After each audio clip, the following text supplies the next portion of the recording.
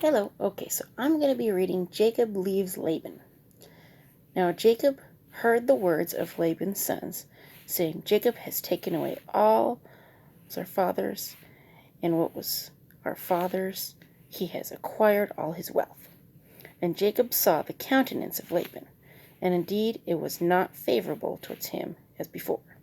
Then the Lord said to Jacob, return to the land of your fathers and your family, and I will be with you. So even if you're not the best person out there, God is still with you because he wants you to be saved. So Jacob sent and called Rachel and Leah to the field to his flock. And he said to them, I see your father's countenance, that it is not favorable towards me as before. But the God of my father has been with me. And you know that with all my might I have served your father.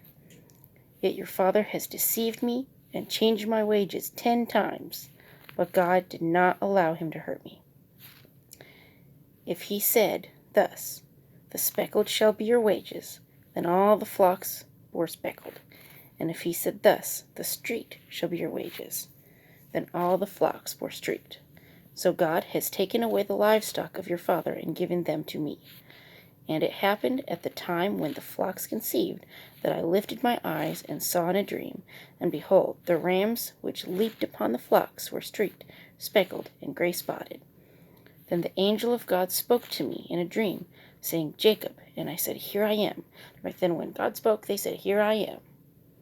And he said, lift your eyes now, and see all the rams which leap on the flocks are streaked, speckled, and gray-spotted, for I have seen all that Laban is doing to you. I am the God of Bethel, where you anointed the pillar, and where you made a vow to me. Okay? Kind of like when you get married, you make a vow. Now arise, get out of this land, and return to the land of your family. Then Rachel and Leah answered, and said to him, is there still any portion or inheritance for us in our father's house? Are we not considered strangers by him? For he has sold us, and also completely consumed our money. Now I don't quite understand that part, so I'll have to do research into that. Oh, and I did research into the speckled part, and back then it was believed that the environment in which animals were could alternate their offspring, which that makes sense. Like, for example, I'll just use humans.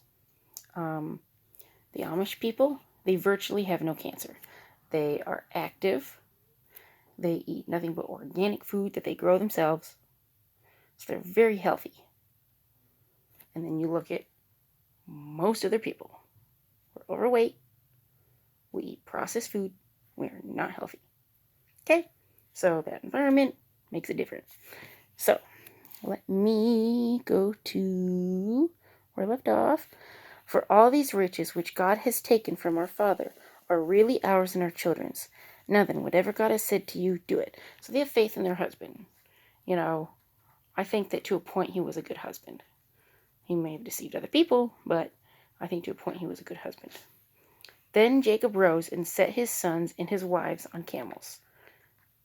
I rode a camel once before. It was actually pretty fun. He carried away all his livestock and all his possessions which he had gained. He acquired livestock which he had gained in Padan Aram to go to his father Isaac in the land of Canaan.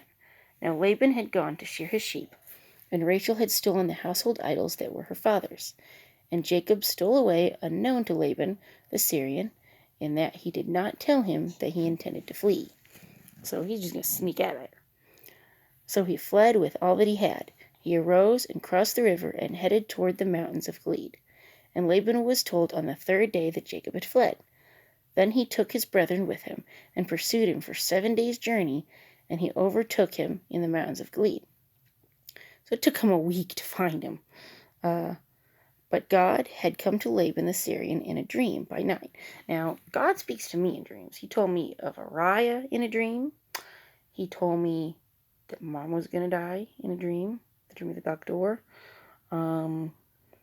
He told me that Micah's grandma was going to pass, and she did. So God tells me things. And said to him, be careful that you speak to Jacob neither good or bad. So Laban overtook Jacob.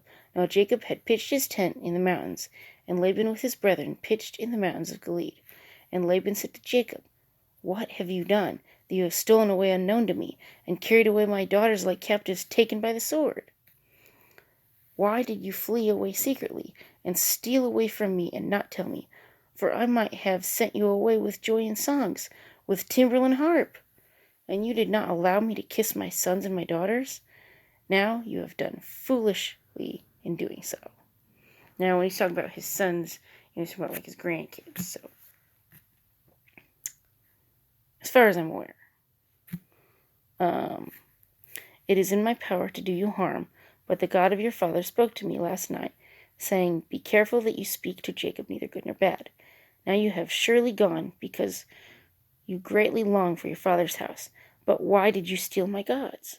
Then Jacob answered and said to Laban, Because I was afraid, for I said, Because you would take your daughters from me by force. So there's more to the story there. With whomever you find your gods, do not let him leave. In the presence of your brethren, identify what I have of yours, and take it with you. For Jacob did not know that Rachel had stolen them. And Laban went into Jacob's tent, into Leah's tent, and into the two maids' tents, but he did not find them. Then he went out of Leah's tent and entered Rachel's tent. Now Rachel had taken the household idols, put them in the camel's saddle, and sat on them. And Laban searched all about the tent, but did not find them. And she said to her father, Let it not displease my lord that I cannot rise before you, for the manner of women is with me. Now, back then, if a woman was on her monthly curse, she didn't have to do no work, no nothing. She had to be secluded by herself. Rest in peace. Sounds good to me. And he searched, but did not find the household idols. Then Jacob was angry and rebuked Laban. And Jacob answered and said to Laban, What is my trespass? What is my sin, that you have so hotly pursued me? Although you have searched all my things, what part of your household things have you found? Set it before my brethren and your brethren, that they may judge between us both. These 20 years I have been with you. Your ewes and your female goats have not miscarried their young, and I have not eaten the rams of your flock. That which was torn by beasts I did not bring to you. I bore the loss of it. You required it from my hand, whether stolen by day or stolen by night. There I was. In the day the drought consumed me, and the frost by night, and my sleep departed from my eyes. Thus I have been in your house 20 years. I served you 14 years for your 2 daughters, and 6 years for your flock, and you have changed my wages 10 times. So he's calling him out on all his dirty deeds. Unless the God of my father, the God of Abraham, and the fear of Isaac had been with me, surely now you would have sent me away empty-handed. God has seen my affliction and the labor of my hands, and rebuked you last night. So he knew that God talked to him. God told him, I talked to Laban. And God will tell you things. If you listen, he'll tell you things. And Laban answered and said to Jacob, These daughters are my daughters, and these children are my children, and this flock is my flock. All that you see is mine. But what can I do this day to these my daughters, or to their children whom they have borne? Now therefore, come, let us make a covenant, you and I, and let it be a witness between you and me. So Jacob took a stone and set it up as a pillar. Then Jacob said to his brethren, Gather stones. And they took stones and made a heap, and they ate there on the heap. Laban called it Jegar Sahadutha, but Jacob called it Gilead. So they can't even agree on the same name. And Laban said, This heap is a witness between you and me this day. Therefore its name was called Gilead. So I guess Jacob won out that one. Also Mizpah, because he said, May the Lord watch between you and me when we are absent from one another. If you afflict my daughters, or if you take other wives beside my daughters, although no man is with us, see, God is witness between you and me. That's what you got to remember. God is the witness. He sees everything. You can't hide from him. Then Laban said to Jacob, Here is this heap, and here is this pillar, which I have placed between you and me. This heap is a witness, and this pillar is a witness, that I will not pass beyond the heap to you, and you will not pass beyond this heap and this pillar to me for harm. The God of Abraham, the God of Nahor, the God of their father, judge between us. And Jacob swore by the fear of his father Isaac. Then Jacob offered a sacrifice on the mountain and called his brethren to eat bread. And they ate bread and stayed all night on the mountain. Okay, his brethren. So he did take the sons, the actual sons. So, okay. And early in the morning Laban arose and kissed his sons and daughters and blessed them. Then Laban departed and returned to his place. So, the story ends good. Okay, like it says. And early in the morning Laban arose and kissed his sons and daughters and blessed them. You know, you always want to be a blessing to your family. Then Laban departed and returned to his place. So he went home. He went where he was supposed to go. Kept his deal of bargain. But, you know, it was funny when Jacob was calling Laban out on everything. And I've had to do that to people before.